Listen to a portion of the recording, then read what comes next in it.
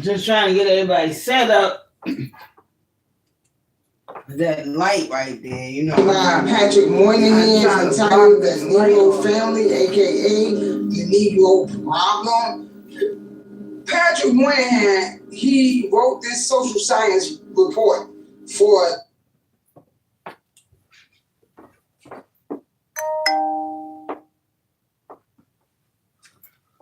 all right, so I'm starting this from the beginning. Here we go. Can everybody see? Let me see. Patrick Moynihan, Francis Gordon, the eugenics movement. How did all these people and all these movements play a part in the status of the Negro or Black melanated people in today's society? Let's go right into this and pick up exactly from where we left off. So this is a video. Pause.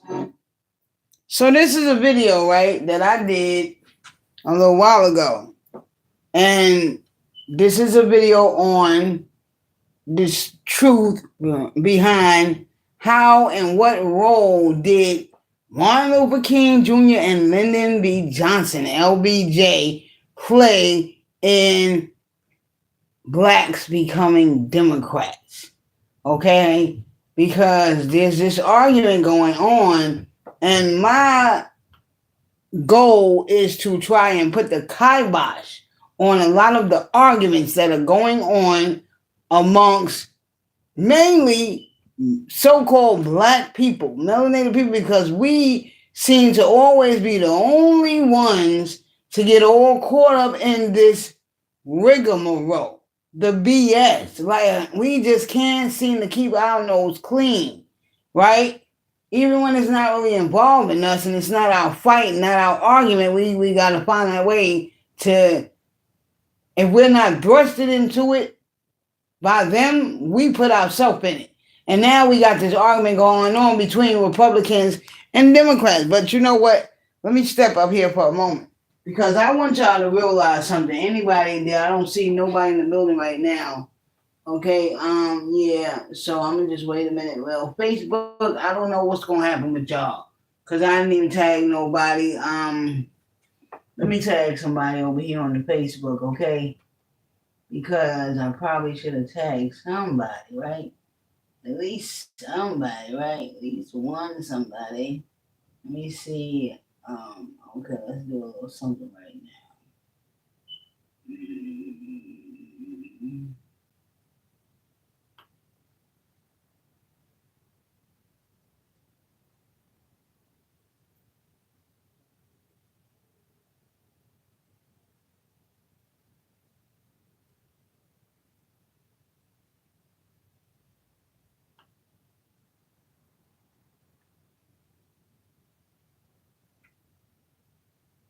Some of these people.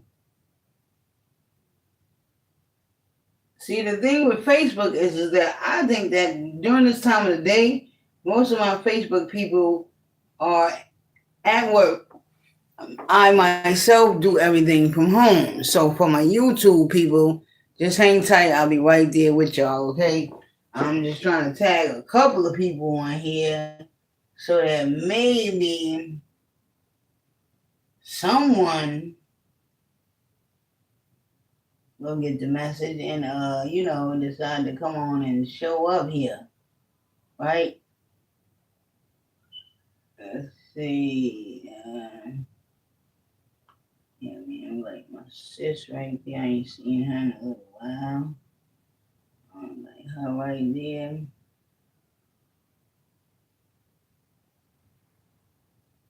Like my boy right here, even though he's probably at work right now, somewhere in the neighborhood in the field, because he works in the field, in the neighborhood. So I'm still gonna tag him. He tag my other brother right here.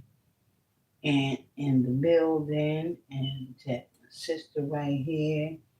Haven't seen her since those what you call job corps days. Girl, Angel. Let me see my boy Tracy. Him up and who else? Man, every time I see my auntie name up there, not too dope. Okay, let me see who else.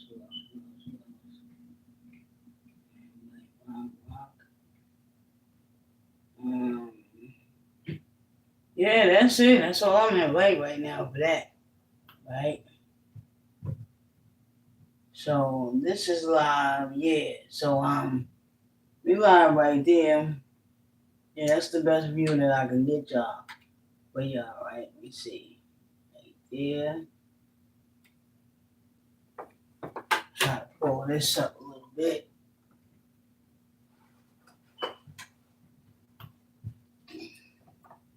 Just to try to get y'all a little bit closer in there, right?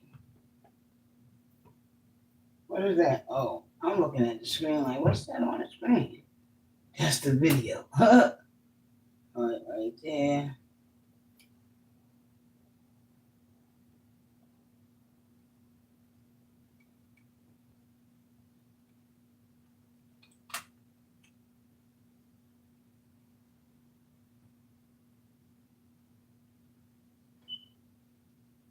I think y'all good right there. And I think YouTube is good over here. Yeah, let's get that playing.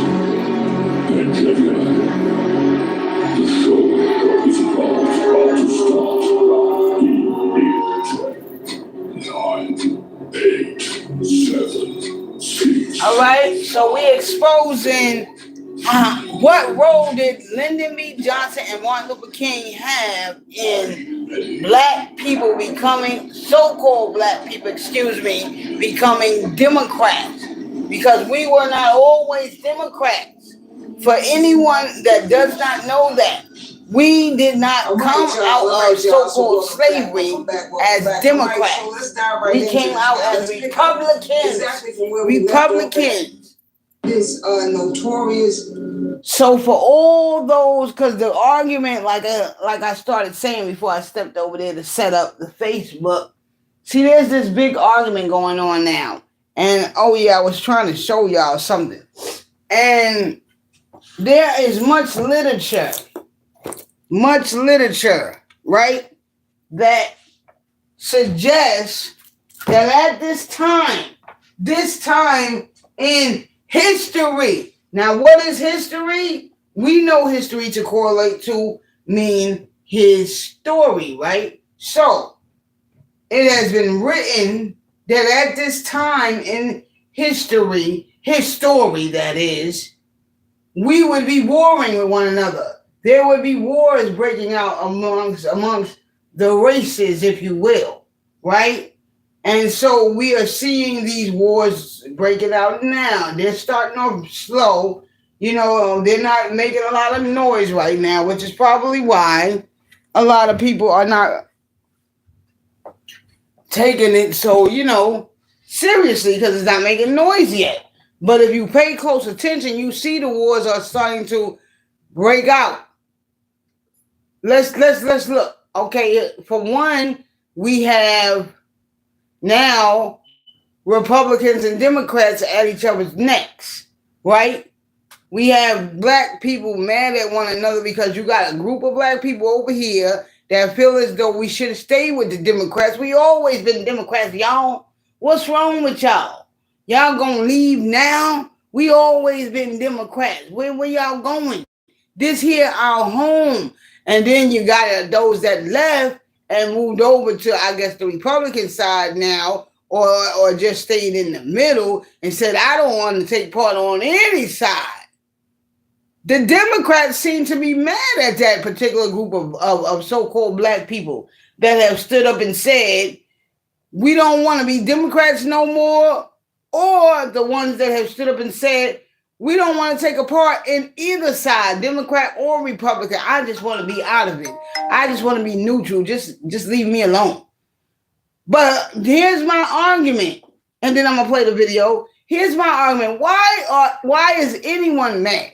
Why is anyone mad? So if I just told you there is literature that suggests, literature from years ago that suggests that at this time in history, remember, history correlates to his story. So there's literature from some time ago that suggests that at this time in history, his story, we would be warring, right? So that's one of the little wars that's breaking out, right? One of the arguments that can erupt. Listen to me, people.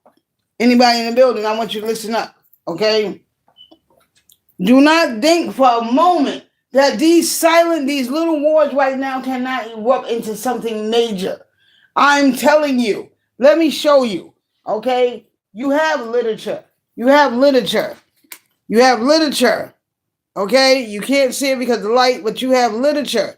You have literature that suggests, literature that was written back in the 90s, literature that was written back in the 2000s that suggests we would be here today with these wars, with this arguing, with this disagreement. So now you got that group of black people, right? They mad because a group of black people said we don't want to be down with Democrats no more. But why are y'all mad? Why are y'all mad? Why can't that be our choice? That should be our choice. That should be anybody's choice to either be a Republican or be a Democrat, or don't be either, right? Because once upon a time ago, long before probably any of us were born, well, yeah, any of us were born, Democrats, Republic was no different than, how can I say, a denomination. Catholic, Baptist, Protestant, Christian, whatever. It was all the same, right? It was all the same. Politics was discussed in the church. In the church. I'm telling y'all. So the fact that we arguing and we here today having this exact argument that was written about years ago shows proof that, yes, it was a setup. It was a setup. It was designed for us to be here today arguing. So that's one of the arguments that's on the table right now, right? The Democrats and the Republicans, black people, always our people, our brothers and sisters, the so-called black man and black woman, arguing, bickering with one another, not realizing who is setting us up against each other, not realizing that we all have that common, that common enemy. Written by Patrick Moynihan entitled The Negro. Yeah, Patrick Moynihan. I'm going to play this for y'all, but I just wanted to run that down real quick, all right? So let's go. Y'all sit back and y'all watch this, and I'll be back. Family, a.k.a. The Negro Problem. Patrick Moynihan, he wrote this social science report for Lyndon. Now, I did this video like about a year ago. And LBJ, Lyndon B. Johnson. He worked for Lyndon B. Johnson, and in 1964, Lyndon B. Johnson commissioned Patrick Moynihan to write. I'm sorry about that light. So can y'all see over here? See that light? What I am going to do is I'm going to show how all these things, even though a lot of these things and a lot of these people were talking about different time frames and different moments in historical events, but I'm going to show how they all played a role and tied into one another. So, you can drink a little sip of Corbin? Yeah, I did this about a year ago. Let me see. And let's go. 8 months ago. Just to do a little recap, for those of y'all that didn't watch part 2, I encourage you to go back and check out part 2 and check out part 1, okay? But let's just do a little recap to take you back. So, you see right here at the time, what does it say? Democrats use identity politics to coerce the black vote in their favor. Now, if you go online, you go to places like Fact Checker,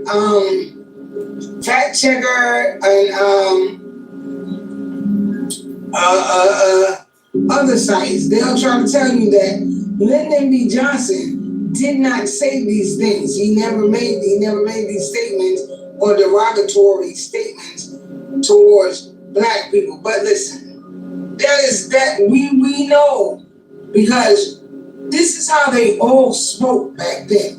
It was the norm. It was customary to get on TV, to post an ad in the paper, in a magazine, and just outright call us niggers, call us monkeys, all kinds of derogatory statements they would make towards us. Back in the 50s and the 60s and beyond that, this was the norm. So, yes, this is what this man said, and these are the things that he said. These are quotes that came directly out of his mouth. Besides that, no matter what fact checkers and other sites may say to try and devalue or debunk these statements that Lyndon B. Johnson allegedly said, we have one too many quotes from actual people that lived and breathed that he did make these statements. I mean, you got workers, chauffeurs, people that work alongside of this man. They said this is all he said all day long. This is how he talked. Nigga this, nigga that, nigga this, nigga that. And I think that one of the reasons why black folks love this man so, because listen, I saw a movie. What was the name of this movie? I can't really remember the name of this movie, but I think I did mention it to you guys in part 1 or part 2. What was this movie? I can't really remember it right now. But in this movie, Lyndon B. Johnson died. And boy, you should have seen the black people bawling. I mean, bawling. They were dying. Like God himself had come down and died. Right in front of them, before their very eyes. They were bawling. And so I think that a lot of people, black people, love this man so because in their eyes, he must have been pretty close to God.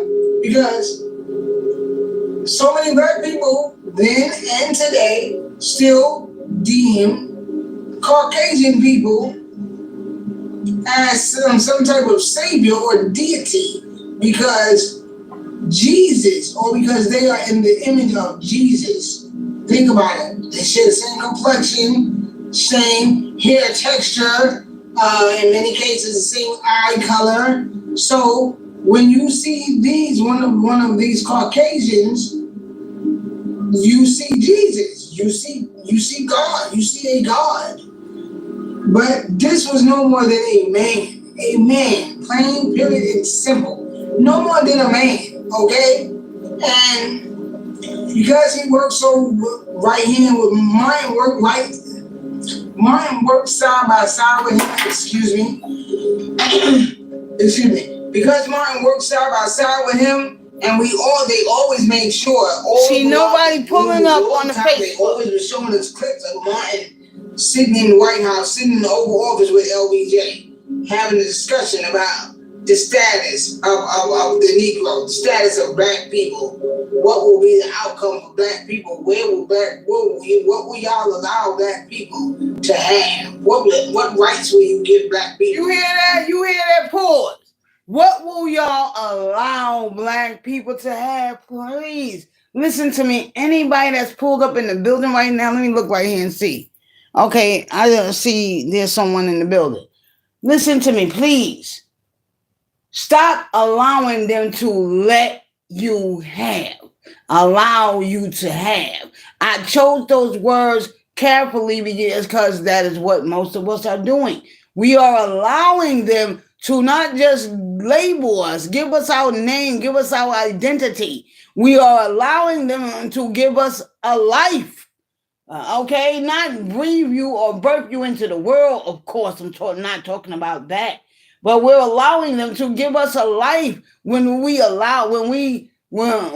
them that much power to tell us who to like, who to not like, what kind of music to listen to, what kind of clothes we're going to wear. Like, who told everybody disco was dead?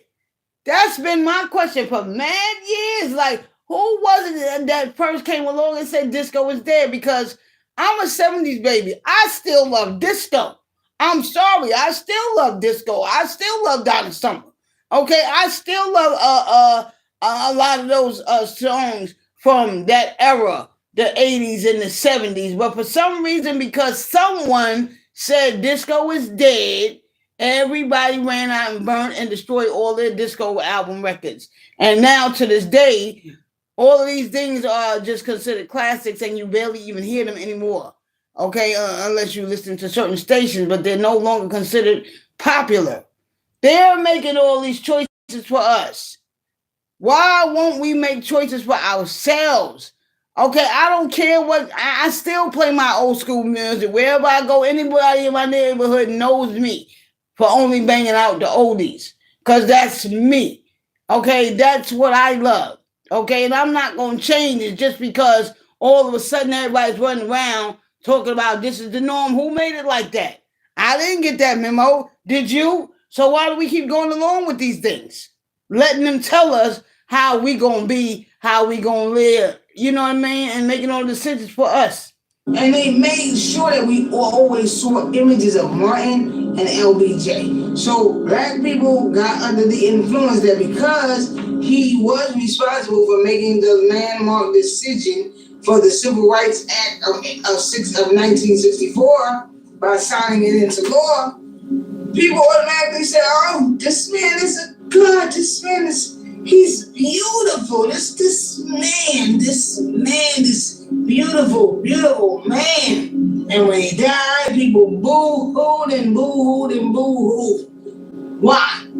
Because it's probably because of this man's statement and this notorious Moynihan report on the Negro family that we're getting ready to get into that made black people change their ballot from Republic to Democrat in the first place. Okay, so let's read.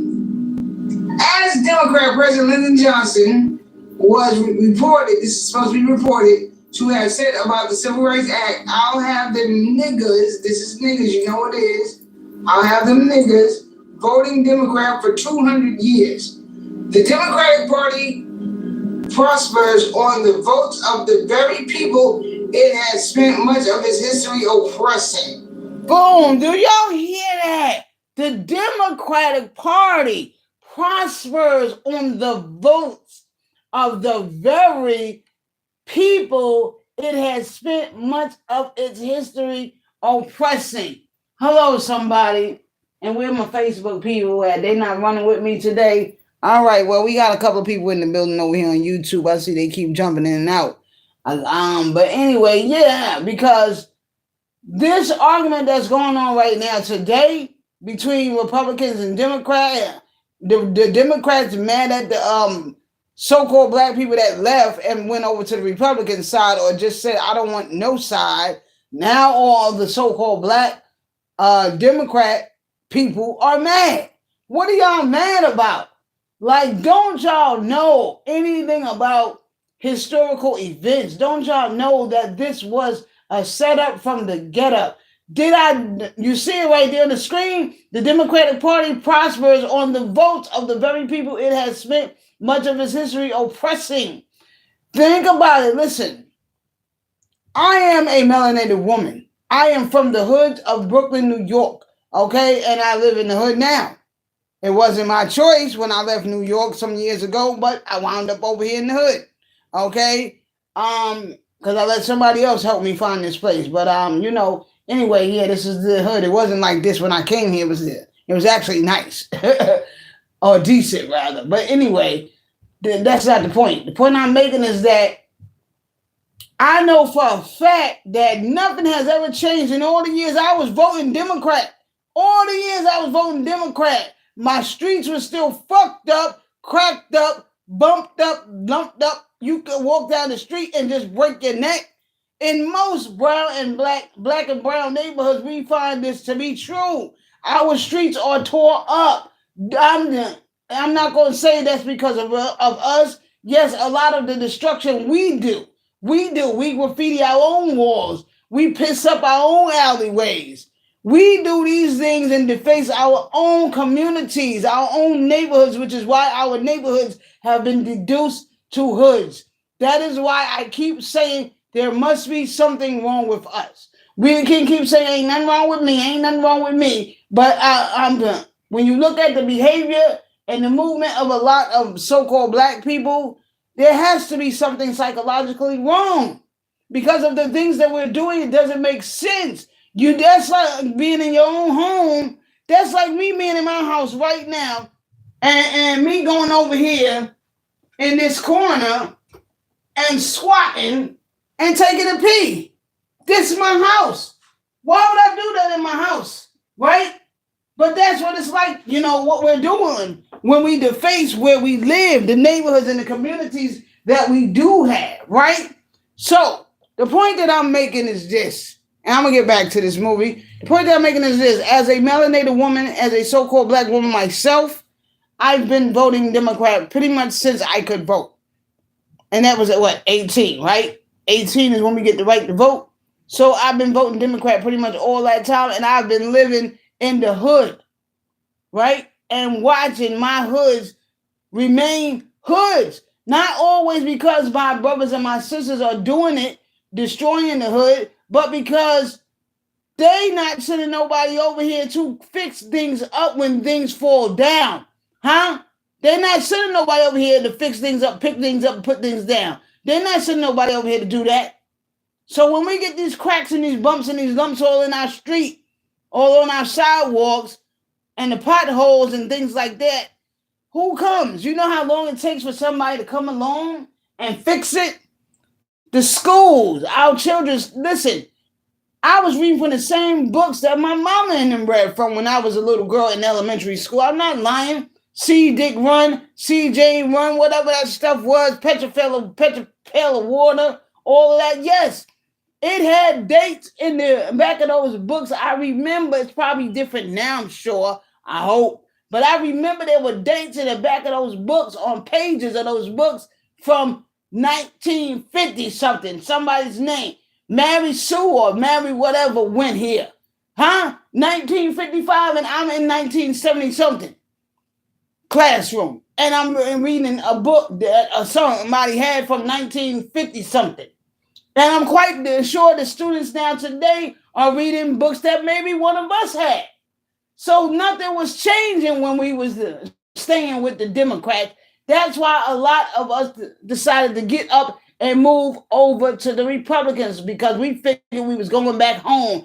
But hey, too much time has gone, and you can't go back home, people. You can't go back home. Reported That's just to the have truth. said about the Civil Rights Act, I'll have them niggas, this is niggas, you know what it is, I'll have them niggas voting Democrat for 200 years.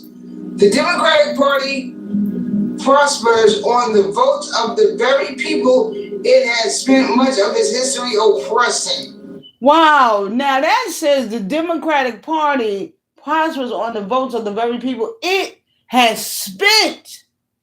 It has spent. See it right here. Right here. The Democratic Party prospers on the votes of the very people it has spent. Spent. That means that they've been deliberately keeping us oppressed. Deliberately keeping us down. Okay? That is what that would suggest right here, right? That they've been keeping us down. Okay? So, again, as a melanated woman who was Democrat pretty much ever since I could vote and growing up in the hood, I watched my hood stay and remain destroyed. Okay, no one coming through to fix those cracks and those bumps and those lumps in the ground. Okay, I watched Billy ride that damn bike up and down the block and bust his head on that same crack for 20 years. Hello, somebody. For 20 years and nobody came and fixed the crack. Nobody came and fixed the crack. A lot of that is our fault because we don't go to these meetings. We don't get involved a lot of time. And then in a lot of places and in a lot of cases, we do. We do go down to these meetings. And we do get involved with our aldermen and our councilmen and our councilwomen. All right? But nothing happens. Nothing happens. We get the poor food in the neighborhood. We always get the worst food. We get the worst foods in the neighborhood because I learned from a family member, that drives the trucks that they deliberately bring the food and drop off fresh food to the poorer neighborhoods last. So the trucks leave the warehouse at, let's say, 5 a.m, right? Hits all the supermarkets, and then somewhere around, 11, they coming in the hood. and they're giving us the leftovers. This is why when you go to the supermarket, even though they just got the food look old. Why is the meat this color? Didn't you just get this shipment? Why is this lettuce wilted? Didn't you just get this? Why are these tomatoes bruised? Didn't you just get this? Why? I go to my local supermarket and all the fruits got mold on it. Look, man, I'm telling you, man, it was designed like that.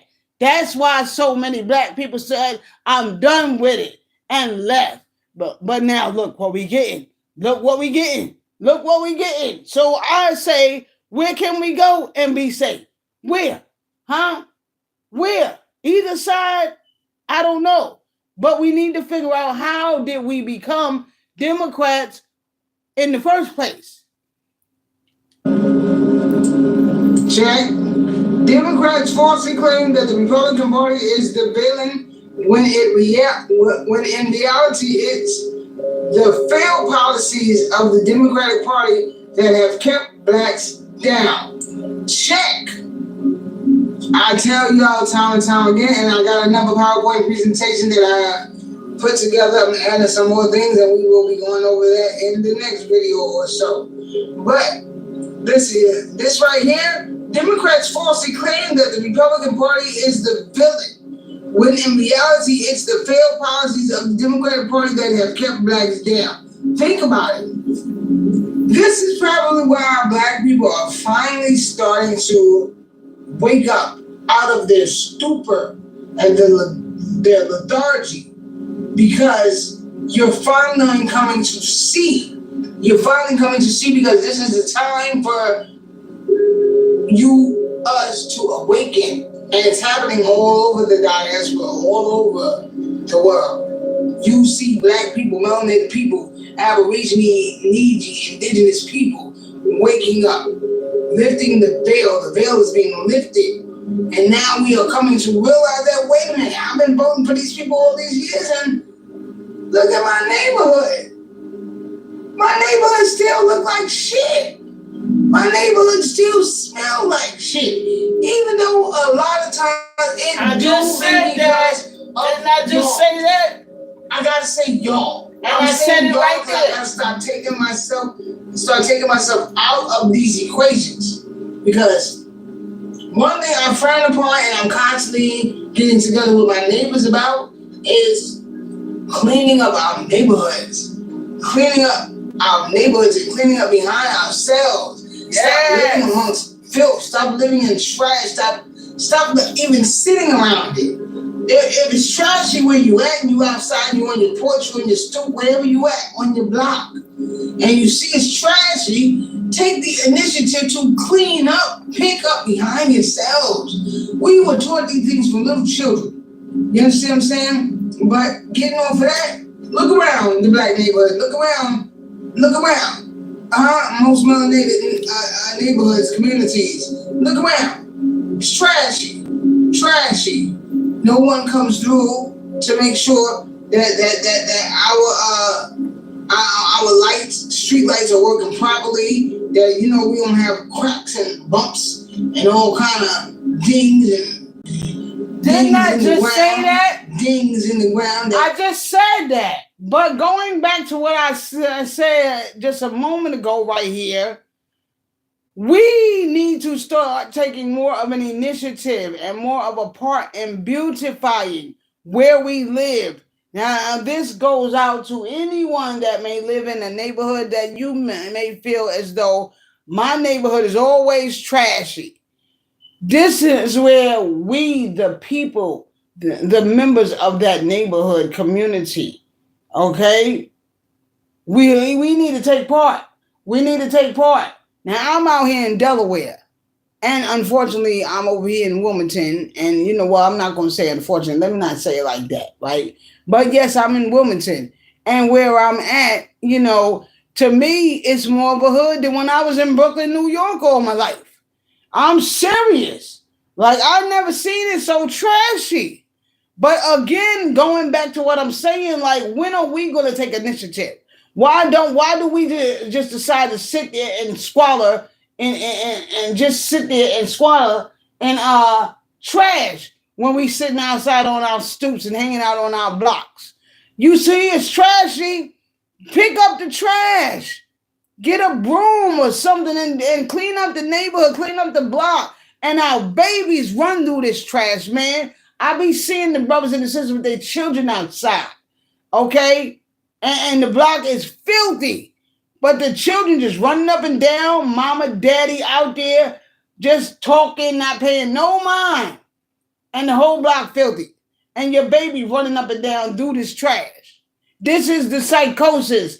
This is what's going to go into your child's mind, because this is all your child sees, and these are the memories that your child is going to grow up with.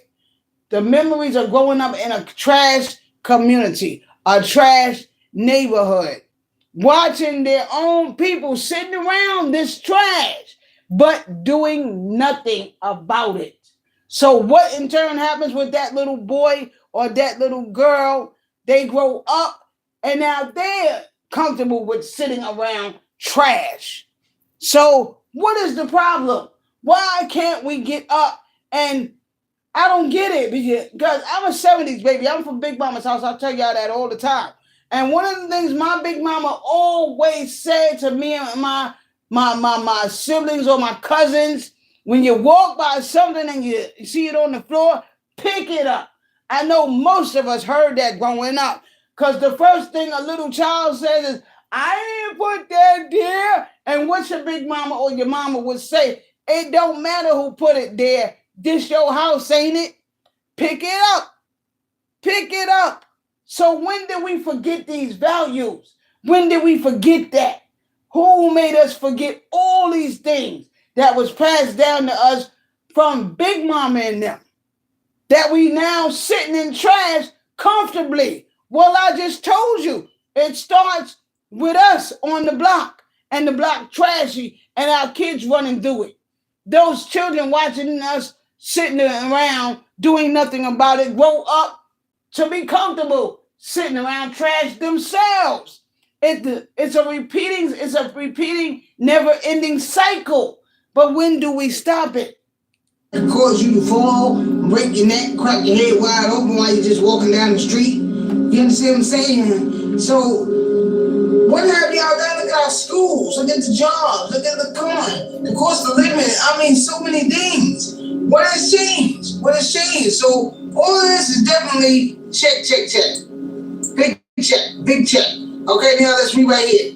Here we go. These niggas, they're getting pretty uppity these days, and that's a problem for us since they've got something now they never had before. The political pull to back up their uppityness. Now we've got to do something about this. We've got to give them a little something, just enough to quiet them down, not enough to make a difference. I'll have those niggas voting Democrat for the next, what? 200 Yo, hold up, pause. Did y'all hear that? I gotta go back on that. Hold up. Campaigning the landmark civil rights. Hold up, pause. Go back on that right there. Uppityness. Now we big check. Okay, now let's read right here. Here we go. Listen up. These niggas, they're getting pretty uppity these days, and that's a problem for us since they've got something now they never had before. The political pull to back up their uppityness. Now, boom, you see that? Whenever we stepped up, even still to this day, this like 1965, y'all. We in 2025. Somebody please tell me how we still going through this. Like, what are we doing wrong, man? Why can't we just say, no, I don't want that. No, I don't accept that title. No, I'm not going to support that because no, just say no. But look what they're saying. We getting uppity. The minute we step up and we do say that, now we getting uppity. The minute we step up and we do speak out against or speak up for ourselves or speak out against the injustice, the mistreatment of our people, we getting uppity now because we were demanding at this time civil rights. See, this is all during the civil rights era. This is why I'm addressing this and saying, how did we become Democrats? It all happened around that civil rights era when we all finally went over to officially become Democrats. But what have the Democrats done for us? Because whenever we stepped up to try to do anything for ourselves, or just, pull ourselves up from our bootstraps or anything, this is what they would always say. And it was the Democrats saying all of this. Them niggas is getting mighty uppity now. Them niggas is this. Them niggas is that. It was always the Democrats saying these things. Oh, shoot. I went out. My bad. Let's go back. Don't worry. Big check. Big check. Okay, now let's read right here. Here we go. These niggas, they're getting pretty uppity these days. And that's a problem for us since they've got something now they never had before. The political pull to back up their uppityness. Now we've got to... See, that's always been a problem with them. What did it say? It says, and that's a problem for us, right?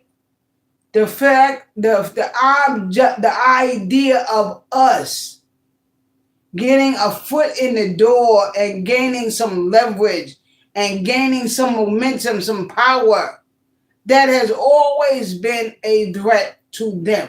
That has always been one of the white man's burdens. Okay? So, yeah, this is why whenever we would step up and say anything, or just try to have some self-esteem, some self-respect, it became, oh, them niggas is getting uppity over there. Do something about this. We've got to give them a little something, just enough, to quiet them down. Boom! We got to give them a little something, just enough to quiet them down.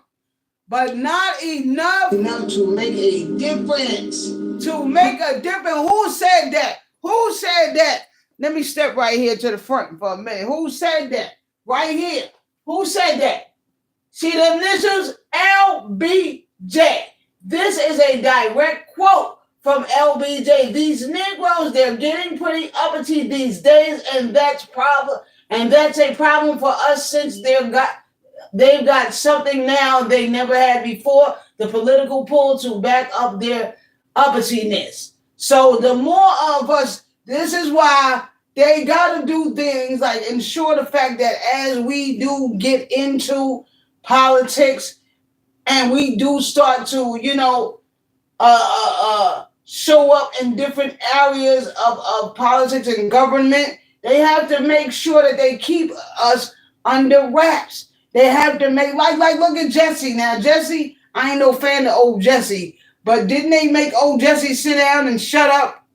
Because old Jesse used to be known for having his big afros, rocking the dashiki, always with the black power fist, you know what I mean? Keep hope alive, right? Always we knew Jesse for being like this, but they made Jesse shut up because they told Jesse, if you go back over there and save any one more of them people, that's it for your ass, right? Because he kept going over there getting all those people hostages and whatnot during that war. What was that? Anyway, y'all know what I'm saying. But getting off of that, I'm just saying that, listen, it's always been an issue. So this is why even now today when you see us in office and black people are saying, well, they ain't doing nothing for us. They in there, but they ain't like who is it that I heard people speak about? Jasmine Crockett. People saying that she's a yes girl. She ain't really down with the people. She ain't really down for the cause, right? So these people keep coming, oh, snap, there go my chat. Look, I didn't even realize, black people want to do is party. This is right, okay? On scent, is that, let me see. Magneta, right, okay. Peace to you. And that's the problem. Peace to anybody in the chat. I'm sorry, y'all. I'm kind of new at this. I didn't even know that the chat was going on right here. Because the last couple of times I did this live, I didn't see nothing going on the screen. So I didn't even know that something was going on down here. But peace to anybody in the building. And yes, you are so right, Magneta. Am I saying you're right? Your name, Magneta TV? Okay, yes. Peace to you. Peace to you. Thank you for stopping on by, rocking out with your big sis. But this is the problem. And so now we're getting people in the office that they're like yes men. They're like yes men. They're like yes men. They're like yes women. They're not really doing anything for us. They're not really making any changes for us. They're not making any substantial changes that are going to have any profound effect on the lives of so-called black and brown, of so-called black people, okay, and brown people, right? Okay, but you know, so it's like we get these people in here, and what does it do? When they've been, you know, the hand has been rocking the cradle all this time. They've been making sure that, oh yeah, we'll let some of them in. And that's what he means when he says this right here. Just enough to quiet them down, not enough to make a difference. That's what he means. Like, yeah, we'll let them in. We'll let them in. We'll give them a job. But we ain't going to let them in and give them no power. We ain't going to let them in and make no real difference. We ain't going to let them in and make a real change. Not for their people, that is. Right? Everything that they do will be to benefit who? Our people. Right? That is what it's always been about. So this argument that keeps on ensuing between so-called black people and themselves, because we're arguing with ourselves. I told y'all years and years ago, they made literature. There's been literature put out from years ago. Let me see. 2 of the books I got right here. There's been literature put out that goes back to years ago where we can see that this day would come. Where we are right now today, this day would come. This day would come that we would be at each other's throat arguing over this Democrat, Republican, right? So now we here and we arguing. We got this group over here of so-called black people. We got this group over here of so-called black people, and they're battling. This group is Democrat. This group is like, I don't want to have nothing to do with them Democrats, man. I don't want to have nothing to do with them Republicans. I don't want to have nothing to do with nobody. I'm just tired. But now you got the Democrats, the black Democrats, they mad. They mad because a group of Democrats jumped up and said, I'm tired. I don't want to be here no more. I don't want no more Massa beans. Massa beans, because that's all Massa gave you is beans. He gave you beans. He gave you a dugout in the floor. And that's it. And you're supposed to be happy with that. Let me tell you a real story. I went to my landlord one time and showed them a problem. Not here, where I used to live, and showed them a problem with a crack that was occurring in my wall. And do you know the person told me, basically, I should move because I was complaining too much, I suppose. See, because the object is that we gave you somewhere to live. And that's it. We ain't say we was going to fix it for you. We ain't say we was going to actually make it decent and you know, hospitable, you know, but we gave you somewhere to live. And that's just the whole thing. We gave you something. So what you complaining about? You know, if it's a few cracks in the wall, if it leaks every now and then, just be happy. See what I'm saying? Then we never going to get nothing. So why is this argument ensuing between blacks amongst blacks? Because that's what it is, blacks amongst blacks. It ain't no Democratic white people mad at the at black people that left the Democratic Party. It's black people mad at black people that left the Democratic Party. It's our own people arguing against our own people. Like we our own worst enemy. We our own worst enemy, but all of this was set up by these people. These people set it all up. And that's why still to the day, the needle ain't really moved. And what are we doing to move it? Of their uppityness. Now we've got to do something about this. We've got to give them a little peace to anyone in the chat. Peace to anyone in the chat on YouTube and Facebook. Peace to anyone in the chat. To quiet them down, not enough to make a difference. I'll have those niggas voting Democrat for the next, 2 200 years. There's no question that Lyndon Johnson, despite campaigning the landmark Civil Rights Act of 1964 and signing it into law, was also a sometime racist. Only on Mondays and Tuesdays. Not on Sundays. So not on Sundays. Not on Sundays because they got to go to church on Sunday. Now on Sundays, us good Christians is gonna go to church and praise the Lord, and then maybe Sunday night we'll have us a bonfire and burn a cross on some poor unsuspected Negro's lawn. No disrespect, but listen, let's keep it real. Let's keep it real. Let's tell the truth and shame the devil. These are the things that was going on. They was going to church on Sunday morning and burning crosses on people's lawns on Sunday night. Huh? All in the name of who? Jesus. All in the name of what? Christianity. So when this man would say, I am not a racist and all this kind of other stuff, well, you calling people niggas all the time, but only on Sundays. Not Monday. I don't do it every day. It's only on Sunday. See, they felt like because they had select days that they would do it.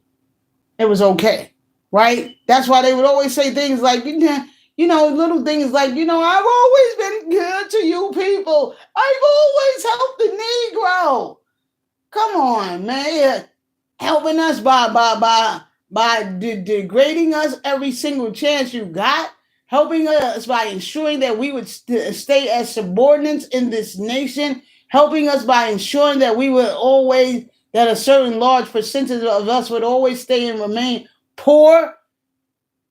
But yeah. What does this mean? What is this? A sometime racist and notorious vulgarian who rarely shied away from using the N-word in private. Only on Mondays and Tuesdays. Not on Sundays. For example, he reportedly referred to the Civil Rights Act of 1957 as the nigger bill in more than one private phone conversation with Senate colleagues. And he reportedly said upon appointing African-American judge Thurgood Marshall to the Supreme Court, son, when I appoint a nigger to the court, I want everyone to know he's a what? Nigger. You know what they call free nigger in North Carolina? Nigger. That means no matter where you go, you'll always be a nigger to them. Rarely shy away from using the N-word in private. Come on, man, come. So he appointed Thurgood Marshall to the Supreme Court, right? And what did he say? When I appoint a nigger, I want everyone to know it's a nigger. You see what I'm saying? And you know, this is why, and I listen to anybody of a different hue. Okay, I mean no disrespect to you, because on my channel I make it very clear that I do not practice hatred. I do not practice discrimination. I do not practice hatred. In my culture, we practice ashuk, which means divine love, right? So I don't practice that, okay? I'm just pointing out and showing and proving that these are things that really happen, and that these are a part of the system that we are under. These people who were in charge, and these rules and these regulations and these executive orders and these documents that they wrote, they still breathe life, is the point that I'm making. They still breathe life. And remember, all of them ran in a rat pack back then. Remember, I did the video a while back. Go check it out on my channel. The white man's Bible. They all ran in a circle. Your boy Sleepy. So when everybody was getting mad at Sleepy, what was he going to do? These people are being who they are. People keep running around talking about, oh, the system is broke. The system is broke. What have I been saying all these years? The system is not broke. The system is doing what it was designed to do, not do anything for you. That is what it's designed to do. There is a clause in the 14th Amendment that says you cannot question the national debt or slavery. So why are we not getting reparations? They put clauses in these documents to ensure that we would never get reparations. But we keep having this argument, and I just keep sitting back watching and listening to everybody have this argument. Now let me see what's going on in the chat, okay? Them blacks got to show their hands just for us to see them for who they are. What? Them blacks got to show their hands. Blacks on blacks, FBA, ADOS, and others are falling for the trap, which is a rape. I'm so sorry. I see you. Yeah, I gotta remember. I'm gonna get better. Don't worry, I'm gonna get better. I gotta remember to keep coming over here. But this is Ben Bay. Peace to anybody in the chat. Peace to anybody in the chat. But as I was saying, y'all know what? Yeah, it's us, man. It's us. We just gotta change the way we moving because these people not gonna change. They've been feeling like this and they've been putting all these things in place for many, many years, man. I did a live a few days ago and I showed y'all some documents. Blacks to be exterminated, Auschwitz style. You can look that up online. That is what you call public domain documentation. And in there you will find a series of executive orders. I should probably go get it and show it to y'all. Okay, matter of fact, I'm gonna go grab it. Hold on 1 minute. Let me press play so y'all won't just be sitting here. But check this out. I want to try to check something out, right? So let's check something out right here. I want y'all. I'm gonna play a little bit of this video, and then we're gonna jump right over here to this Negro report, right? But I'm gonna play a little bit of this video because what was really on the minds of white America during this time? Now, this Lyndon B. Johnson Civil Rights Act, or as we see, he sometimes called it the nigger bill. Look at that, right? And then we have one hand was appointed to write this report in 1964, 1965, right? And so this right here, what I'm going to play for you guys. So pause right here, right? So in this documentation, which y'all can get it online, because I got it right online, y'all. But can y'all see that right there, you guys? In here, there are a series of executive orders going all the way back as far as to the late former President Jimmy Carter. There are several things in here that will let you see that much of what we are looking at right now today, that's going on right now today, was already planned years ago. So for us to keep thinking that, listen, I'm not trying to say there is no hope, but I stand firmly on the fact that the hope lies in us, not hope.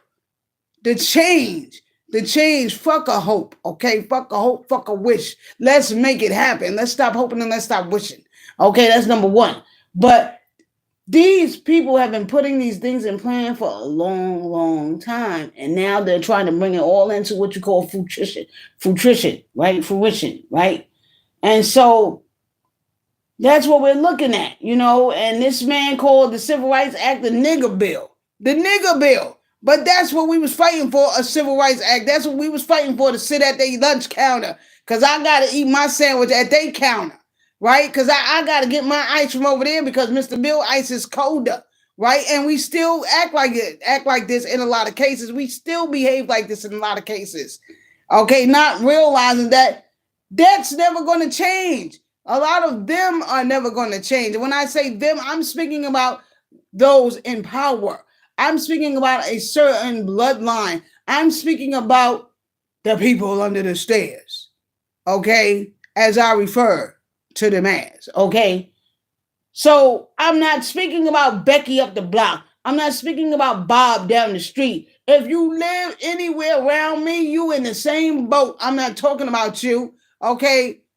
As far as they concerned, you just a white nigga. That's it. You just a white, light nigga, okay? But these things are never going to change because these things were put in place too long ago. And this is how these people felt. So everybody's crying about Sleepy and what Sleepy did and all the things Sleepy said, you know. Well, Sleepy ran with people like LBJ, Lyndon B. Johnson. They're all a part of the same, what you call, rat pack. And they're the ones that helped put together all of these executive orders and doctrines and all their policy plannings and what was going on with the Travis Scott Institute and all the things that they plan and all the things that they do. Okay, you got the King Alfred plan. Okay, that Rex 84 that Ronald Reagan reinitiated. Okay, and in there they got all the talk about. They talk about how they're gonna, you know, preserve a certain amount of their wealth and only maintain a certain percentage of the population. So we got to get these things down in our psyche that we need to stop waiting and looking for them to do anything different. Okay? And this argument that's ensuing between black folks over, you know, who's going to be a Democrat and who's going to be a Republican. What the fuck does that matter? Does that matter? Does that matter? When our communities are still fucked up, when our people are still, you know, messed up on drugs and alcohol because they hate their life so much that they just want to wake up and get high and faded every day. So all of these things that we arguing about, what do it matter? We need to come together and stop arguing over the senseless things because they're not going to change. They're not going to deviate or abdicate away from their agenda. They're not going to do that. That's not how they move. And we got to get that through our head. And we got to get that through our head. And I'm going to keep playing this and that's it. Okay. So let me see what's going on in the building. Okay. I'm talking about those black who's in secret. Okay, so I'm not sure what you mean right here.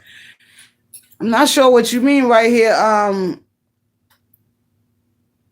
TV. Let me see. Them blacks got to show their hands just for us to see them for who they are. Oh, okay. You talking about them blacks who's in secret? Yeah, I'm kind of lost right there. Right there. Yeah. What you talking about exactly? And I don't know how to control any of this, and I didn't get a chance to look it up and look into that video like I said I was gonna do. But let me just scroll right here and see who's in. I got Ben Bay. Peace to you, Ben Bay. Ben Bay said black on black FBA. Okay, I already read that one. Ben Bay also said we have crossed the Republican. Is that the Republican? That's not Republican. The Rubicon. This is a special operation. Yes, it is. Yes, it is. Yes, it is. So far, these are the only two people I've gotten here. But peace to you, brothers. Thank you so much for pulling up. I appreciate you. I do. Let's go back. Okay, we turn the light off. But I wanted y'all to see that document. The nigga bill. This is in 1964, right?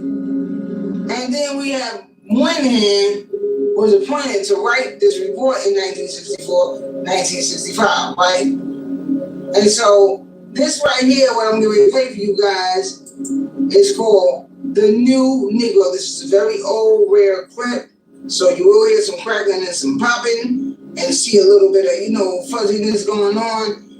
But yeah, this was in 1957. So look at the time frame. 1957. This is the mindset of white America. Okay? So y'all sit back and let's watch a little bit of this, all right? So let's go ahead and let's check this out right quick. Okay, so go to right here. Yeah, there we go. Let's close this up. And go ahead and play this right here. And flash, jump here.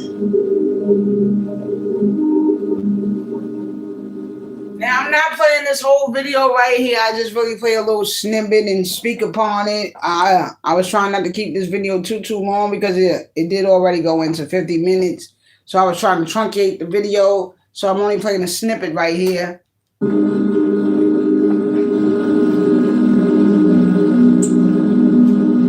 Let's check out this pro of mine. Let's skip ahead. Let's go. Judge David Waring, formerly federal judge in South Carolina, a gentleman whose decision in the area of segregation paved the way, in a very real sense, for what became in 1954 the... I can't open it up no wider because there's no pause and stop button. So I gotta leave it like this. But what I will do is this. Suppose we begin this discussion by letting me, first ask you, Dr. King, in your estimation, what and who is this new Negro? I think I could best answer that question by saying first that the new Negro is a person with a new sense of dignity and destiny, with a new self-respect. Along with that is this lack of fear which once characterized the Negro, this willingness to stand up courageously. Lack of fear with a new self-respect. Along with that is this lack of fear with a new self-Negro is a person with a new sense of dignity and destiny, with a new self-respect. Hold up. Yo. Listen, man. We love our dear brother Brian. May he sleep in power. I truly get and understand what Brother Malcolm was trying to do. I do. But okay, now speaking of Martin Luther, because in my title, I'm saying that what role did LBJ, Lyndon B. Johnson, and Martin Luther King play in causing black people to be Democrats? So now we know that Martin Luther King, in the beginning of his political career, he was kind of coerced, right? He was pretty much thrusted into that, right? And like it was a hoax, right? Like they sent him in. They groomed him for that position. But we see and we learn that later on, because we can hear the tone and we can hear his words change, in later speeches, like when he says things like, I have a recording, or rather an article, and on one of my videos on my channel, I talk about it. I think I even show it or play it, where he's on the phone with Harry Belafonte, because he and Harry Belafonte were very good friends. And he says, I feel I may have led my people into a burning building. Because it was then that he started to realize they're never going to give my people anything. They're never going to change. And I'm just helping them along to destroy my people. So he kind of started to speak out against, and say little things. And his attitude, his energy started to change, which let them know they no longer had him completely in their back pocket, which made him a problem, right? So The point that I'm making is that what role did Martin play in us becoming Democrats? Did he play a role in us becoming Democrats?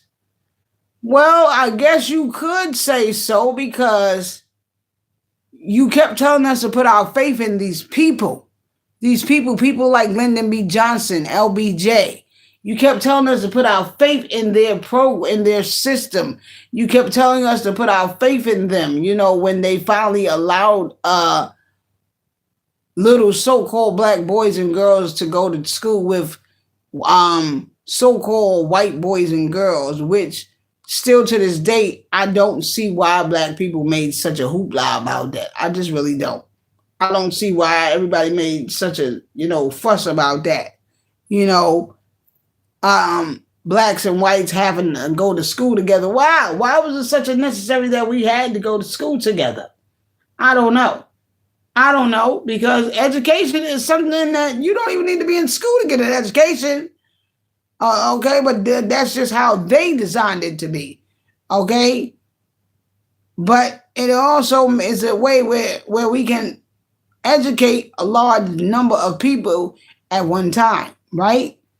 So to me, it's all a part of an indoctrination, right?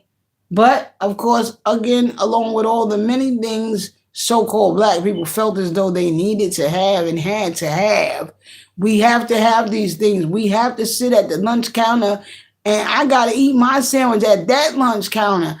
I got to ride at the front of the bus, and I got to do this, and I got to have everything like they have, because if I don't, then I just feel like I'm not worth shit.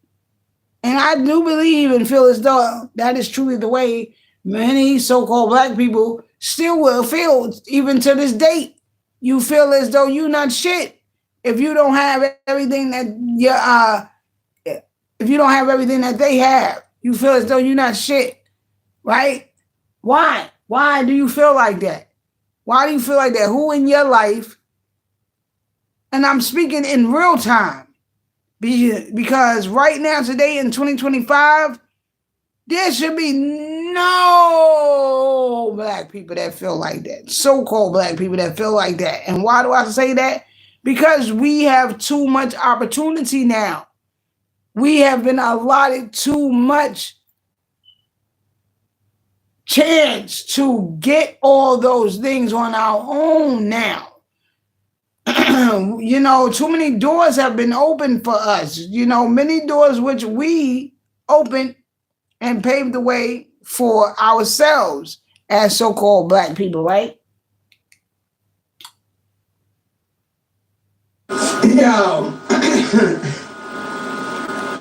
So yeah, I can't see why any so-called black person today would feel as though you need everything they have.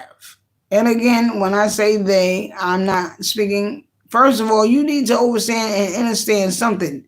On this channel, if you hear me just say white people, I'm not referring to all white people. Okay, I'm not referring to all white people. I'm referring to a particular group. I'm talking about the group that holds the power. The groups that holds the power. The group is those that, the hand that rocks the cradle. That group is who I'm talking about, right? That group that pretty much put everything in, that put all this in place, right? This system, okay, this what we call machine, right?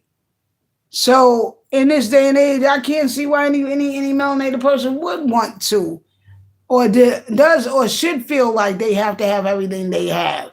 That might have been the mindset of so-called black people back in the 60s and the 50s. I just got to have everything they have. I just got to sit at that lunch counter. You hear? I just got to sit at that lunch counter. I got to sit on the front of that bus. You hear? And now today we learning that a lot of those things were all set up any old way. Martin Luther King, whom we adorn, many so-called black people, especially our elders, our big mamas in them, they adorn that man. Okay, may he rest in power. But now a lot of us are coming to find out and learn that he too was a plant, an industry plant. He too was a part of the machine. But he did wake up. But it was just too late, right? It was too late. Okay? Because the damage was already done. You done pushed all your people to stay with them. The damage was already done, right?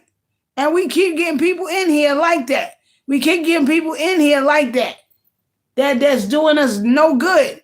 That's doing us more harm than they doing us good, because they're the ones that's encouraging us to stay where we are, which is pretty much as subordinates. Yeah, we've risen. Our status has risen a little. But just like I read to y'all, what did LJB say? What did Lyndon B. Johnson say? We gonna give them a little, just enough to shut them up, right? And that's it, just enough to shut them up, but not enough to really make a difference. So that's what we see going on right now. They giving us a little, just enough to shut us up, but that's all they ever been giving us. Okay, with the boycott, we found out that the NAACP play a big role in coercing that whole boycott fiasco. The way they did the real victim, Claudette Clover, right? Clover was her name, Claudette Clover. How she at the time was the one that initially was thrusted off the bus for sitting in the front of the bus and refusing to move. It was her fight. It was her plight. But they took it and they gave it to Rosa Parks. Why did the NAACP do that? Because ain't the NAACP supposed to be for black people? The NAACP, that's ours. Because black people always hollering, that's ours. Christmas, that's ours. Jesus, that's ours. Thanksgiving, that's ours. Well, it was. Thanksgiving was ours, though, for real on that one. Thanksgiving was ours because that was initially our feast that we invited them to. Remember, we invited them to eat with us, so it couldn't have been the other way around. It must have always been ours, right? And so, you know, because I always give credit where credit is due. It took Uncle Rod Hayes and the sisters down at Unscrambled Minds to remind me of that, because for some time I had kind of stopped celebrating Thanksgiving, but once I heard them say it and break it down, I was like, hey, wait a minute, you know what, that is true.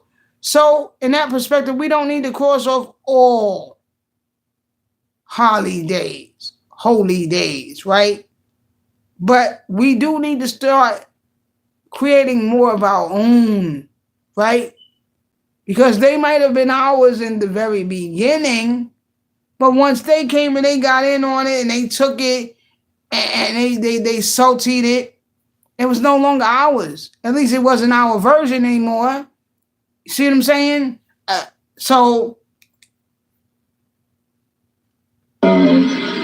Is this we come to find out that a lot of people, a lot of our people were playing a hand in this, and still are to this day.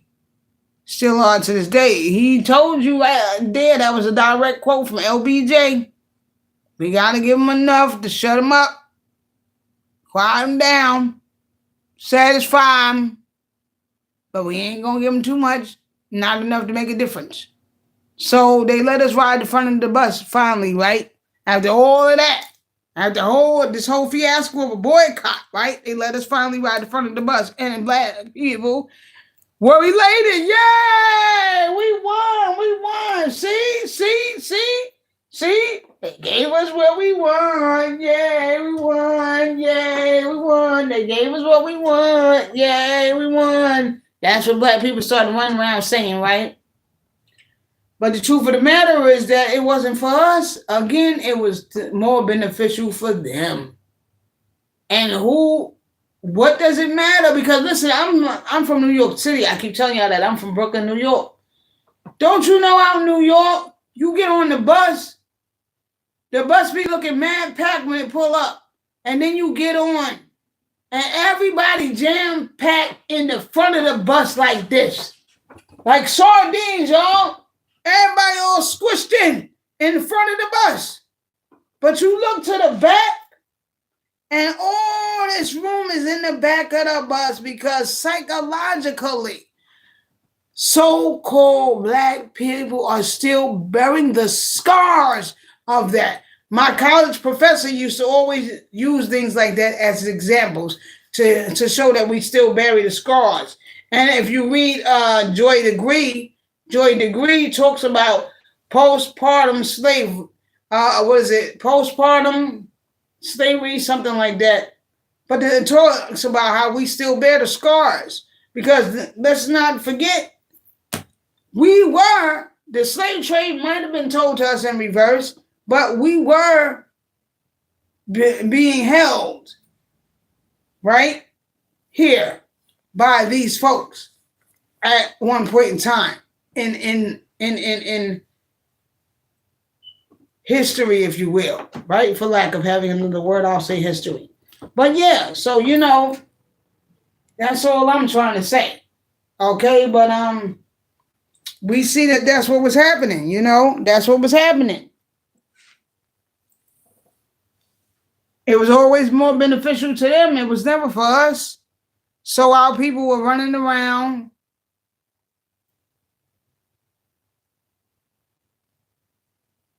feeling like, excuse me, y'all, I got a text over here, I'm sorry. So our people was running around, feeling like, they had to be down with everything. And even still to this day, we feeling like, because we see black people in there, we feeling like something is getting ready to change for us.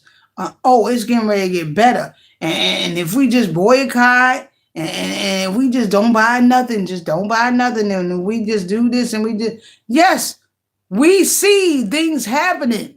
Like, for instance, my cousin just put me on to the fact, and big shout out to my cousin D. My cousin just put me on to the fact that,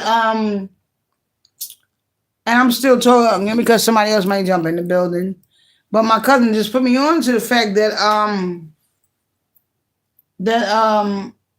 Target, who was down with the DEI and all of that they now backing out because they're not making no money.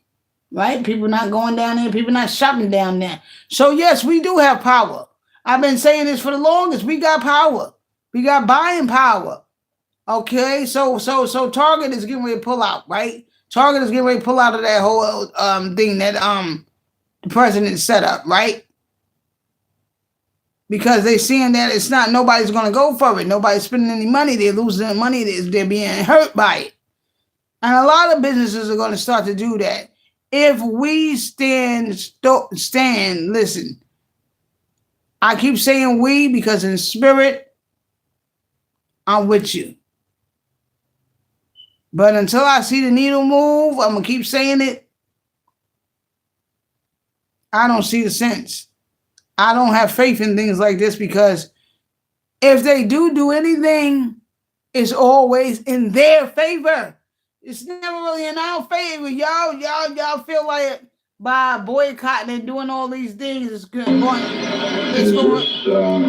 change the mindset of these people. No, that's not going to change the mindset of these folks, man. All they going to do is get their professionals and have them sit down and figure out how can we turn this around and make it beneficial for us and make it so that they can get what they want, but it be more beneficial for us. Lack of fear, which once characterized the Negro, this willingness to stand up courageously. Lack of fear, which with a new self-respect, along with that, is this lack of fear with a new self-Negro is a person with a new sense of dignity and destiny, with a new self-respect. Hold up. Yo. Listen, man. We love our dear brother Brian. May he sleep in power. I truly get and understand what Brother Malcolm was trying to do. I do. But referring to us and even agreeing to refer to us as the new Negro. Did you hear what he just said? He said that we have a, wait a minute, play this back again? Along with that sense of dignity, by saying first that the new Negro is a person with a new sense of dignity and destiny, with a... What do you mean by that? The new Negro is a Negro that has a new sense of respect and dignity. See, now things like that I can't even get down with because, brother, why are you referring to us as Negroes? Like, why are you yourself even feeding into these titles and these names? Like, when are we gonna realize that you do have a choice? You have a choice. You have a choice. You have a choice to say, I don't accept that title. I don't accept that. You have that choice, right? And again, fair use is granted under the Copyright Act of 1976, okay, for commentary, news, report, education, tutorial, entertainment, etc. So this video is for educational, tutorial, education, a little bit of entertainment purposes only, right? And not to discriminate or intimidate anyone, right? All are welcome here, right? Because on my channel, I do not promote hate, okay? Or hate speech. If you come in with hate in your heart, venom in your heart, you will be shown the door. You will be shown the door immediately, and I do not engage in child's play, so I will not sit up here and go back and forth with you and argue with you and battle with you and whoop-de-woo and any of that, right? So, yeah, I just need to let you know that. We won't be doing that, right? We won't be doing that. No. But, oh, excuse me. Boy, am I tired? I'm not tired. It's the middle of the day. I don't feel tired. Maybe I do need a nap. I don't know. But, anyway, you know, yeah, we do have a right. It's almost like we don't realize we got a right to say no. It's almost like we don't realize we got a right to say, I don't accept that. It's almost like there's something inside of us that we don't seem to get. We don't seem to get it that you have the right to deny that. You have that right. Listen, and you must know this. I don't know why we exemplify these things all day long in the streets. But when it comes to anything else, when it comes to dealing with important areas of our lives, we get dumbfounded. We get dumbfounded. We all of a sudden act as though we don't know. We don't remember that we have that right to do that. To say no, because you do it all day in the street. Somebody call you nigga, bitch, or whatever in the street, you have no problem with saying, who the fuck you think you're calling a nigga, or who the fuck you think you're calling a bitch? Excuse me, it's my French. If it's offending anyone, excuse me. I'm just showing an example that this is what people say in the street. Okay, that's just an example. But I'm just saying, like, we don't have no problem with doing it then. We don't have no problem with doing it then. Addressing it. And making sure that that person knows to not call us that, but any other part of our lives, especially when it comes to one of these people who are in some type of position of control or authority, control and authority that we put them in that position. We appointed them. So why now we acting like we afraid to talk to them. Listen, man. And this is dawned on me, and I'm gonna say this, right? I'm gonna say this, and then I'm gonna get up out of here because I'm not even gonna keep going on with the rest of this because I'm already at 129, right? And it don't look like nobody else is stopping up in the building. Plus, I need to go take care of some business. But y'all can always watch it on the replay. All right, discussing how Martin Luther King and LBJ Lyndon B. Johnson played a role in causing blacks to become Democrats, right? So this just dawned on me. We put these people in power, right? We put these people in power, but we're afraid of them. We must be afraid of them, yo, because the people that we put in power are the same people that's giving us our titles. And then we go behind closed doors and complain about it amongst ourselves or with our friends and family members about how we hate that title. I can't stand when they call me that. I can't stand. I'm not no nigga. Or I'm not no this, or I'm not no that. But if you feel that way, if we feel that way, why don't we say that to the people in charge? To the people that we appointed and put in charge in the first place? How can we be putting these people in a position of power and still at the same time be afraid to address them? I don't get that. I really don't. I don't get that. But let's keep going. Let me see. All time.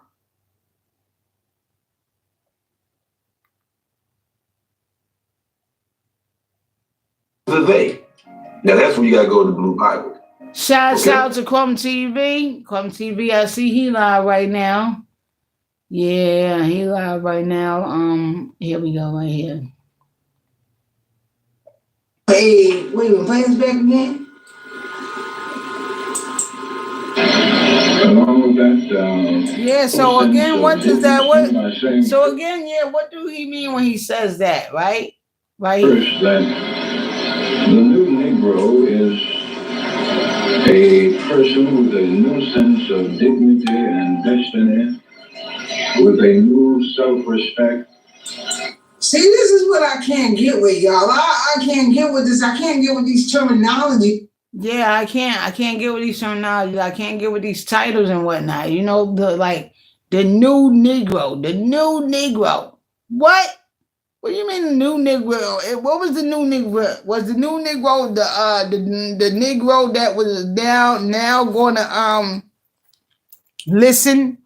What was the new Negro? Was the new Negro the Negro that was now going to, play by the rules and, do as they say and become, how we said it, become, proud members of their community? The new Negro, what did he mean by that? Did he mean that the new Negro was the one that was going to now become, the light of their people? You know what I mean?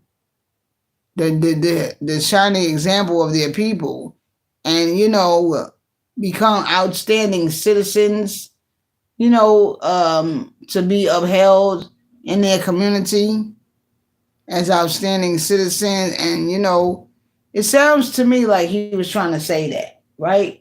Yeah. And I just don't like that, because I don't like the way he just kept referring to, so-called black people as the Negro. Huh? That makes me sound like an endangered species or something. Some type of, behold the Negro in its natural habitat. Yeah, I just can't. I can't. Is the Negro. Like we some kind of fucking endangered species or some type of that's crazy. Species or wow, that's species, how you know this is me, man. That's how you know this is really how I think. Because I just said the exact same thing I said on this video 8 months ago, and I ain't watched this video since I made this video. I mean, from a whole different planet, and just referring to. Yeah, that's how that's how we feel, right? That's how we feel, you know what I mean? That's how we feel, that's how we know. That's how you know that's how we really feel, you know what I mean? Because I said but we said the exact same thing then. So these are our real feelings here, my real feelings here, right?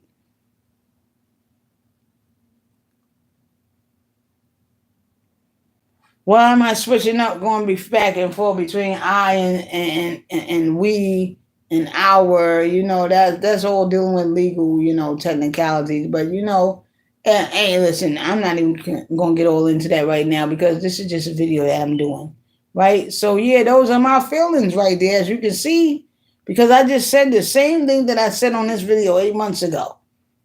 So yeah, this is really truly how I feel. Like I don't get up here and just play.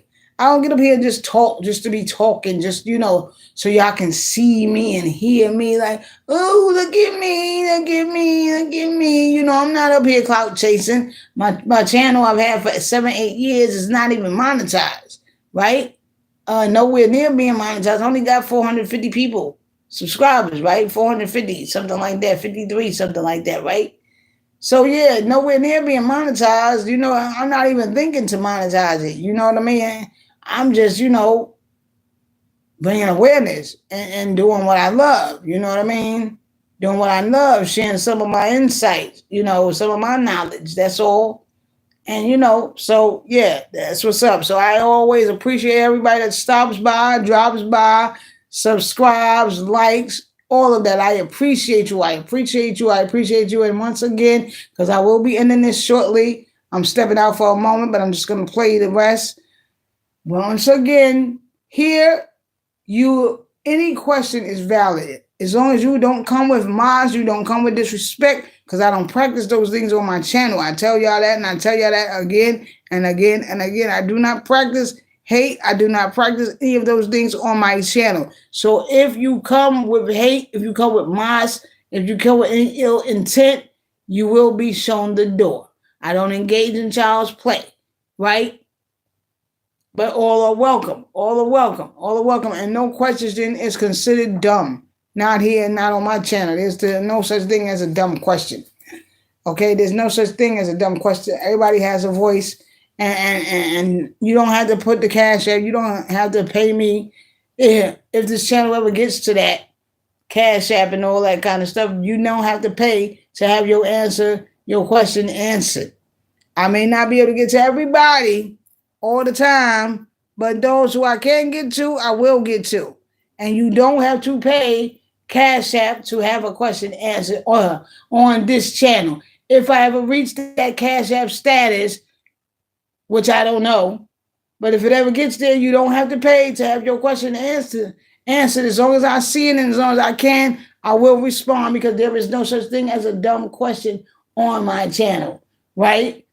Everybody has a voice and all are welcome. Just come with respect. Don't come with hatred. Don't come with malice, because you will be shown the door. Let's go. Was as the Negro, and then him talking about with a reformed mind of dignity and respect. God, brother, man, you're sleeping, God, but what was you doing to us, brother? What was you doing to us? But he did come to realize in the end. And it's just so sad that it was the end.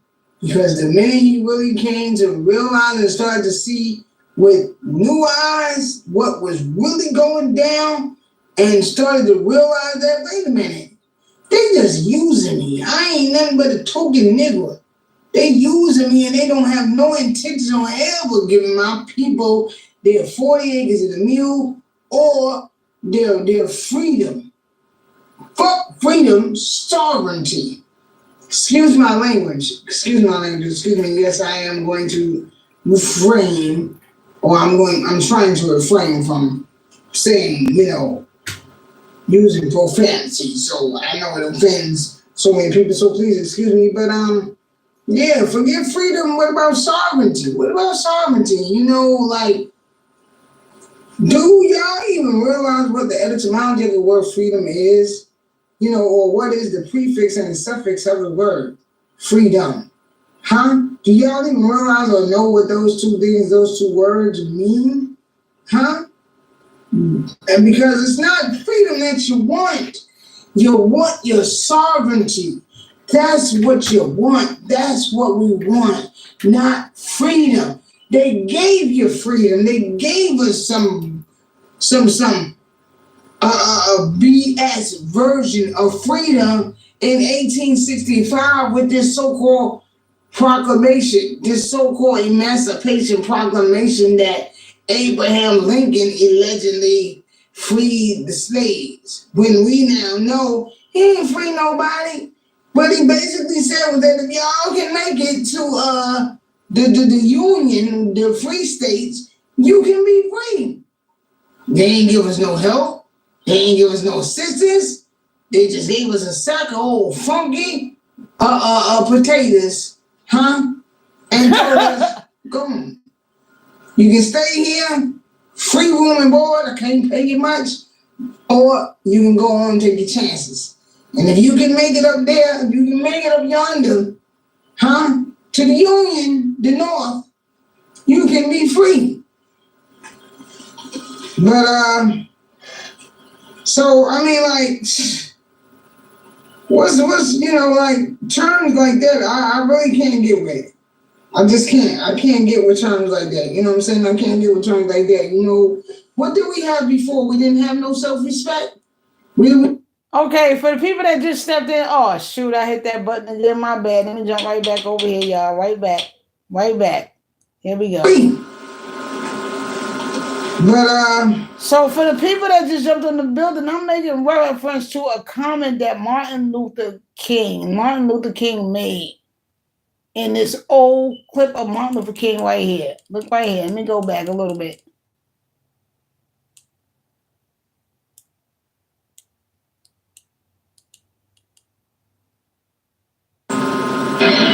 Along with that, no sense of dignity by saying first that the new Negro is a person with a new sense of dignity and destiny, with a new self-respect.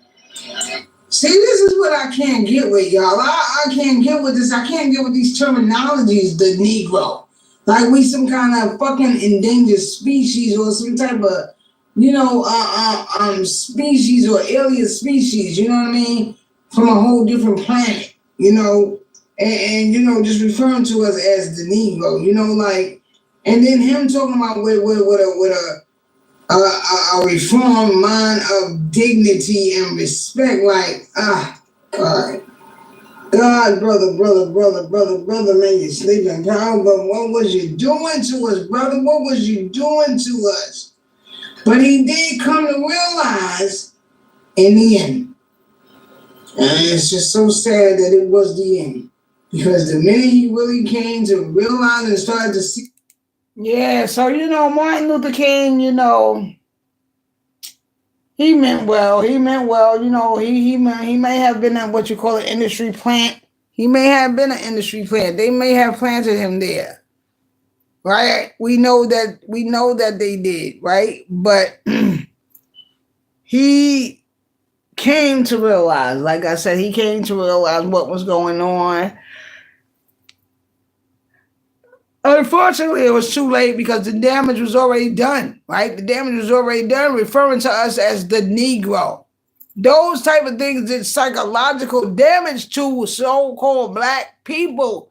Hearing people refer to you as the Negro every day, especially the man that you respect and revere the most, referring to us as the Negro. It sounds like you're talking about an endangered species. It sounds like you're talking about a fucking alien, right? Not a man, not a woman, not a human being, not a being, right? But a species, but a animal, something foreign. The Negro. Watch the Negro in its natural habitat. Yo, did I say that a little while ago? I said that a little while ago. Let's go. that. You know what I'm saying? I can't deal with terms like that. You know, what did we have before? We didn't have no self-respect. We didn't have no dignity. We the new Negro now. We got dignity now. This the new Negro in 1957 because we marching towards freedom. We marching for our civil rights, which they finally gave us in 1964. You understand what I'm saying? Even though the new Negro had emerged way back in 1957, according to what our brother Martin just said.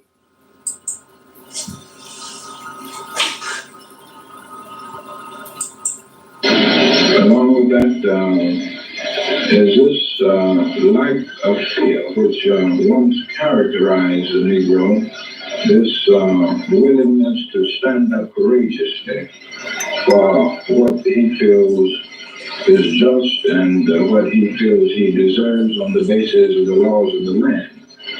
I think also included would be this self-assertive attitude that you just mentioned. And all of these factors come together to make what seems to me to be the new Negro. I think also I would like to mention this growing honesty, which characterizes. So, if you think about in the aspect upon what he meant, I can kind of get where he was going or what he was alluding to and trying to say. Well, he really did say it, but it's just the way he said it. You know what I mean? It kind of made it seem like, you know, like what was we before? Now we have all this self-respect, you know. But I understand what he was trying to say. What he was trying to say is that now today the Negro has come to realize that we will no longer be walked over. We will no longer lay down and just allow you to treat us any kind of way. We are coming for our share. We are coming for our piece of the pie. Sit down. Sit down. Negro today. There was a time that the Negro used duplicity, deception to, rather as a survival technique. Although he didn't particularly like conditions, he said he liked them because he.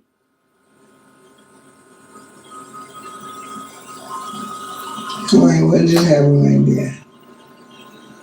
Okay, so we're gonna get back to that. I'm not gonna mess around with that, guys. I'll get back to that. Let's jump over here. Let's get into this. Let's get into this. Here we go.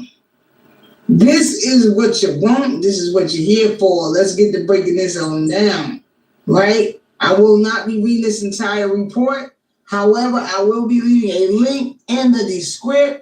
I realized that I said I was going to leave the link in the description last time, and I did not do that. My apologies, but it will be in the description this time, and you guys can download this exact full 74-page report directly from the source where I got it from. I will leave that link for you guys in the description. Okay? And yeah, so listen up, guys. I'm gonna leave the link again in the description of this video, this live video. You can always go back to my right here on my channel, and you can look for this video, The Shocking Truth Behind LBJ and Martin Luther King Jr.'s Civil, whatever the rest of that says, right? But yeah, you can look this video up. Okay. So yeah, you see it only got 16 views. I don't know. I need to get a lot better with the algorithm and things like that. I guess I gotta get better with, you know, the word. There's a certain system which I've been, you know, yeah, so y'all can look that up. But the link to get this PDF file, if you want it, I will leave it in the description. But remember, for whatever reason, YouTube, and why y'all doing this to me, YouTube, man? I've been with y'all for 8 years. 8 years. You making me have to certify who I am? I've been with this channel, this platform for 8 years. And I used to be able to put clickable links under my descriptions, in my description box. I know y'all changing up all y'all system and whatnot, but I mean, yeah. So they changing everything up, and now I got to be certified and all this stuff, and I'm just not with sharing all my pertinent information all over the place. You know what I mean? I got enough people that know my pertinent business as it is, But yeah. So y'all gonna have to copy and paste the link is what I'm trying to say. You're gonna have to copy and paste the link because they won't let me make my links clickable anymore under all this new, I guess, YouTube policy, right? So let's go ahead and check this out. So this is the Negro family, the case for national action. Wow. National action required. The Negro family. Why did the Negro family, why did the black family, the melanated family require national action? Why was this a case for national action? Why was our existence always a hinder to them? Because we never went anywhere in the world just pillaging, and trying to tear down someone else's civilization. But invaders, interlopers came to where we were and just took over and destroyed our livelihoods, forced us into living a life of fear, degradation, poverty, and just not even living, because it's not living. You understand what I'm saying? We were living free. We were living an autonomous life. We were truly sovereign. Okay. We were not looking to take anything from anybody else, but they came looking to take everything that we had and did so.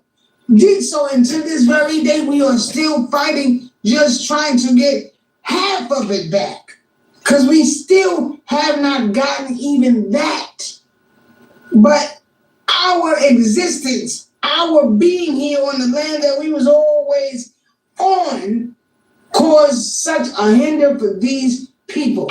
Remember, in the beginning, it starts out to say this, and I'm just going to go through this real quick, skim through certain areas. I will not go through the whole thing again, okay? But it starts out saying this. 200 years ago, in 1765, 9 assembled colonies first joined together to demand freedom from arbitrary power. Now, I broke down to you guys in the last part, what is arbitrary power? And who had the arbitrary power over these people, these colonies that they were, trying to escape from? We're talking about England. We're talking about King George and them. And we're talking about these settlers that came here escaping the tyranny of these people over there, right? So, for the first century, we struggled to hold together the first continental union of democracy in the history of man. Okay, continental, let's look that up right here. Let's go right here.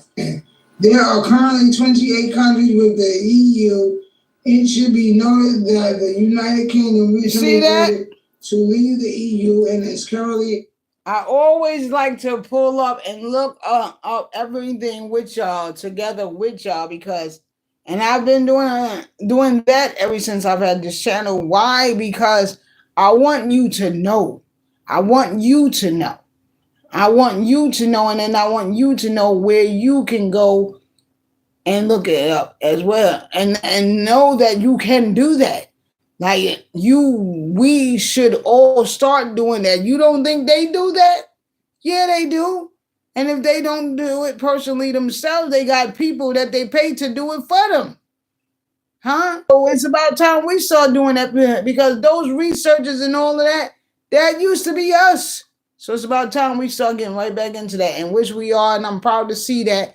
So big shout out to all those out here that's doing the damn thing, and y'all are there, y'all flipping over them rocks, and y'all getting up in them caves, and y'all finding them archives, and all that stuff, and that hidden history and everything that's been buried. So and you're making a change, and you're making some strides. I see you, and I give you a big shout out and a big round of applause. I'm not in front of my computer. I don't have no sound effect, but there you go. All right, much salute to you. In the lengthy process to do so. Okay, jump back over here. I just wanted to run that down for you guys. So,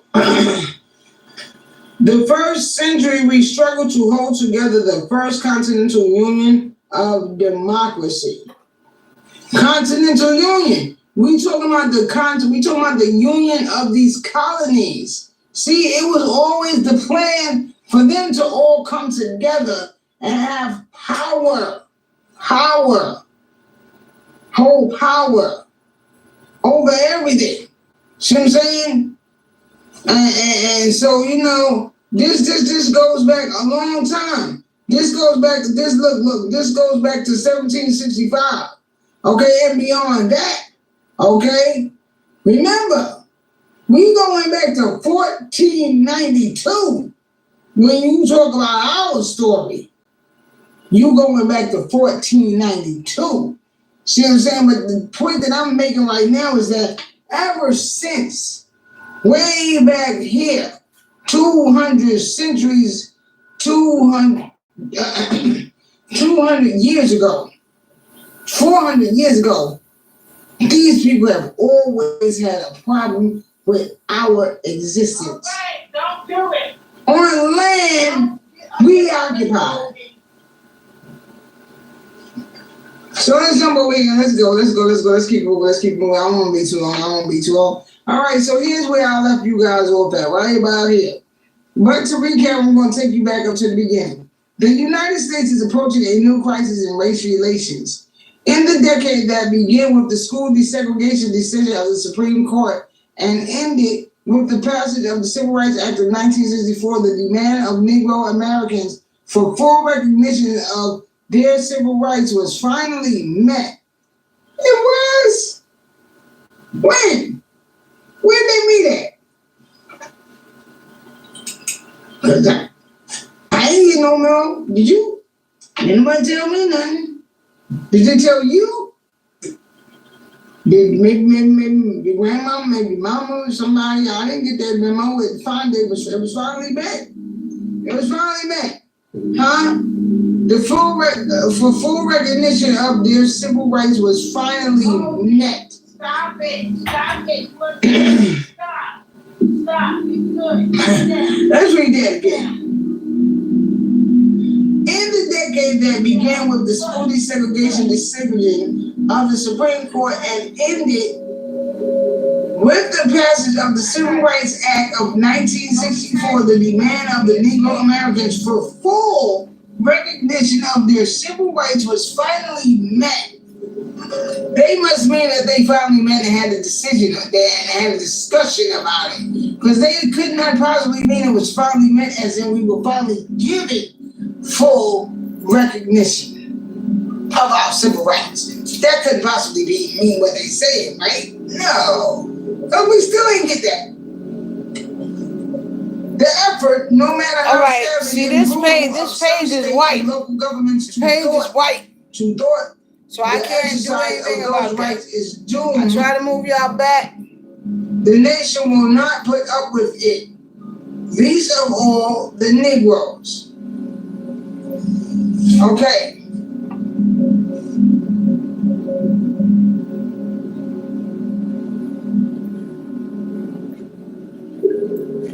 So in other words, it don't matter what bloodshed or whatever got to go down. All right. Well, we had 2 hours. It's just not going to be 2 hours, right? That we not.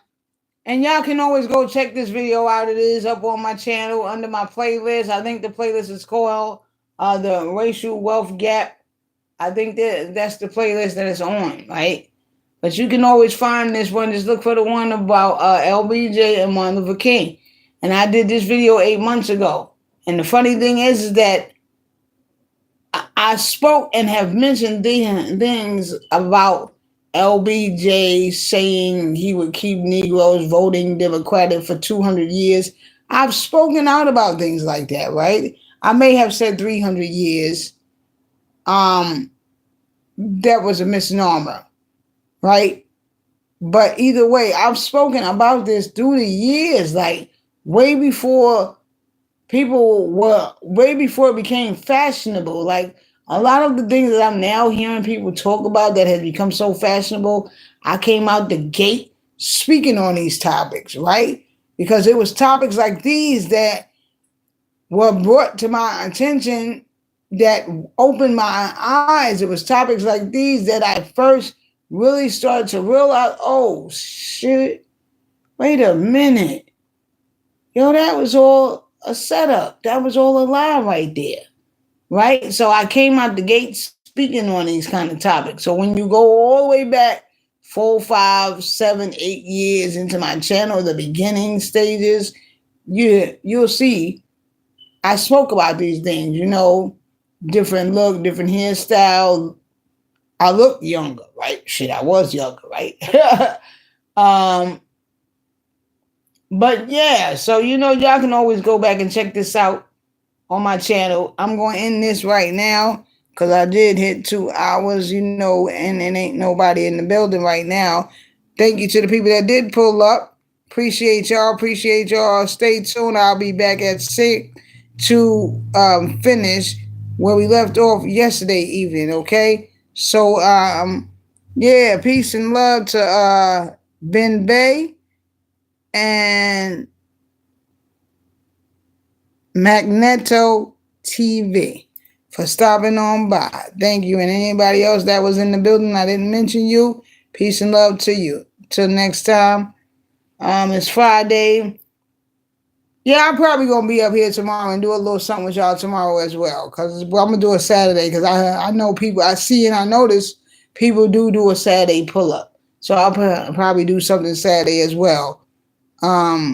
But yeah, until I see y'all again, y'all will all be safe. And you know, hey, remember, sky is not the limit.